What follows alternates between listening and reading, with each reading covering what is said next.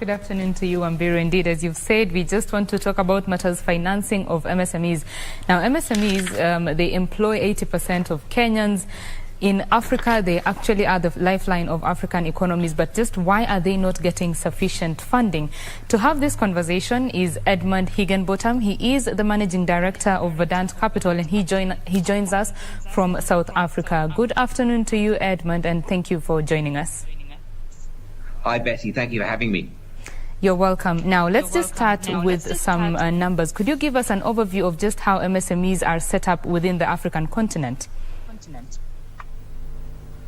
You know, I think you hit the nail on the head, Betty. There's not a lot of data in terms.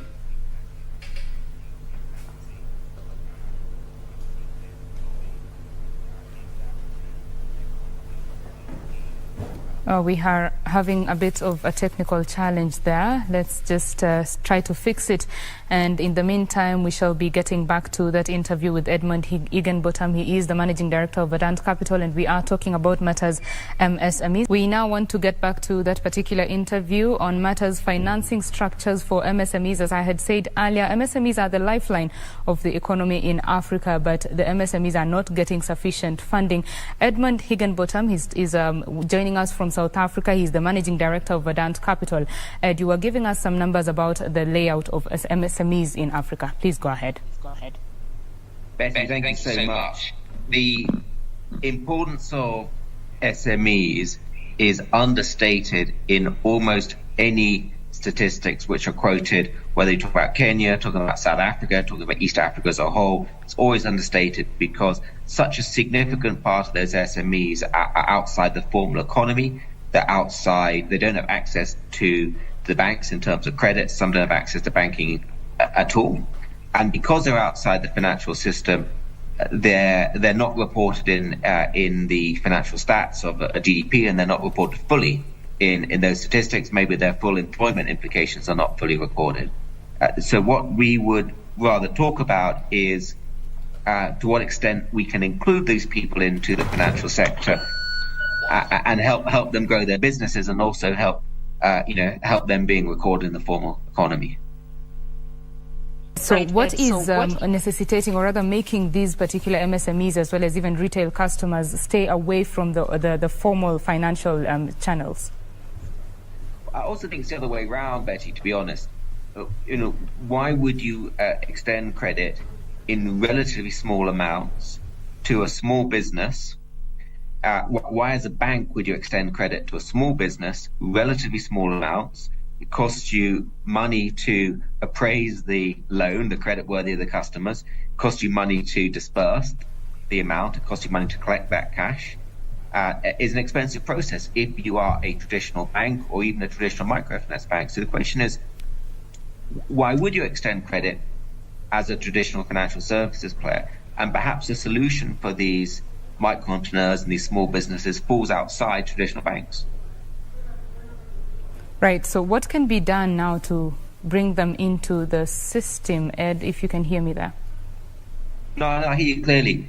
The 2010s was a period of very rapid evolution in terms of interesting and exciting technologies in terms of the financial ecosystem, or the plumbing of the financial sector. So things like mobile wallets, mobile payments, how you collect, aggregate and analyze data, financial data and other data.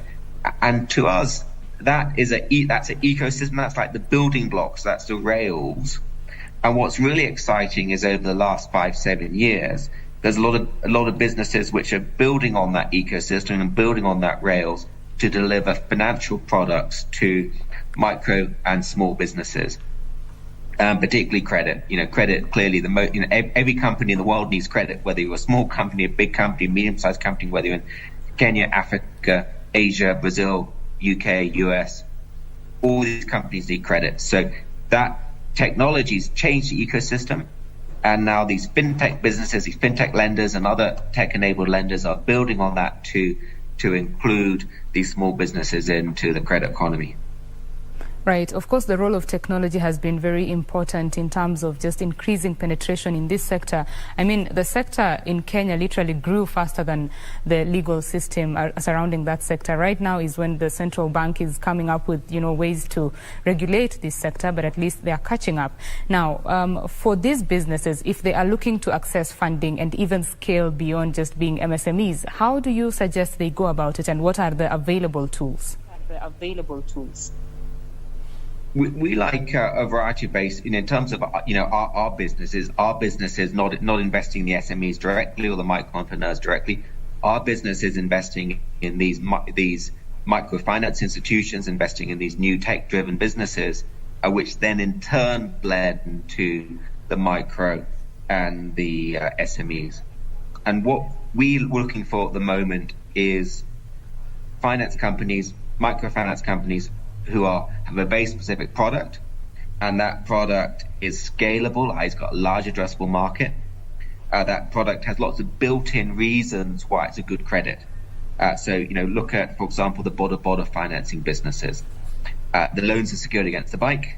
The guy is going to use the border to earn money every day taking passengers. So there's no, and he can do that every day.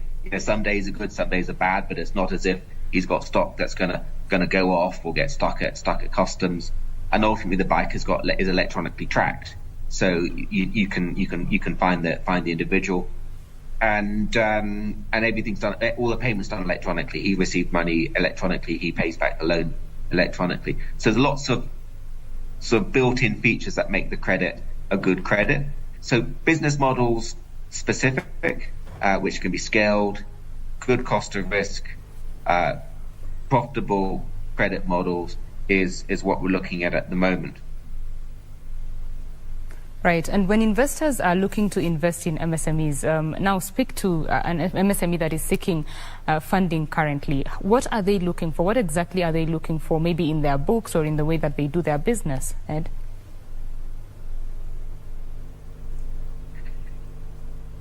I think the direction the market's going in is to have more standardization of credit products. So have different products for different types of customer.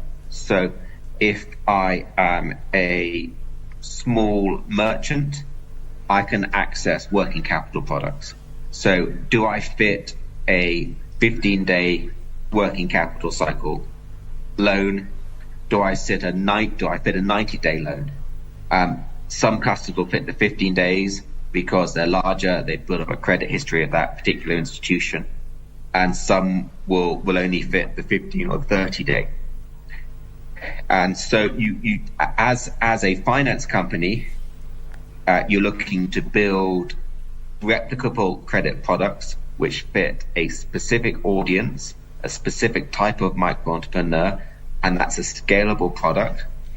And you build each of these products successfully, and over time you look at adding on additional credit products which fit your core strength as a lender.